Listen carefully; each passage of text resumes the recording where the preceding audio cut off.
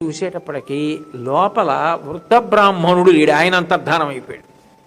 కానీ ఈ కలపతో చెక్కినటువంటి మూర్తులు ఉన్నాయి. అవి 4 మూర్తులు ఉన్నాయి. ఒకటి జగన్నాథుడు, నల్లటి రూపం. 2 బలభద్రుడు, తెల్లటి రూపం. ఎర్రటి రూపంతో సుదర్శనం, పసుపచ్చటి రంగుతోటి సుభద్ర. సర్వసాధారణంగా అన్ని దేవాలయాలలోనూ భగవంతుడు తన శక్తి స్వరూపమైనటువంటి దేవేరితో కలిసి ఉంటాడు. లక్ష్మీనారాయణులుగా, పార్వతీ పరమేశ్వరులుగా, సీతారాములుగా అట్లా ఉంటారు, రుక్మిణీ కృష్ణులుగా. కానీ ఇక్కడ విచిత్రం ఏమిటంటే సోదరుడైనటువంటి బలరాముడితోటి చెల్లెలైనటువంటి సుభద్రతోటి ఉన్నాడు. దారుమూర్తులు, కొయ్యమూర్తులు చెక్కి సగం సగం చెక్కి ఉన్నాయి.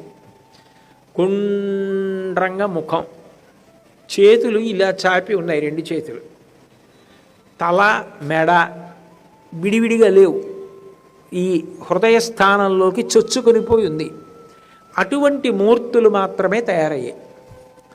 ఇప్పుడు ఆ మూర్తుల్ని చూశాడు. చూసి మళ్ళీ బావురు అని ఇచ్చాడు రాజు. అయ్యయ్యయ్యయ్యో, భార్య మాట విన్నాను, తొందరపడ్డాను. అంత గొప్ప దారు పంపించాడు భగవంతుడు. అందులోంచి భగవంతుని యొక్క మూర్తి పూర్ణముగా తయారు కాకముందే నేను తొందరపడిపోయాను. తొందరపడిపోయిన కారణం చేత భగవన్మూర్తి పూర్ణముగా తయారు కాలేదు.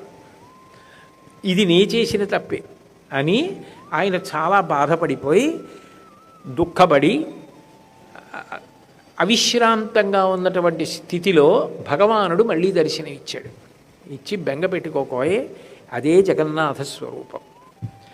ఎంతవరకు చెక్కబడిందో అంతవరకు చెక్కబడిన దానిని అట్లాగే యథాతథంగా ప్రతిష్ఠ చేసేసి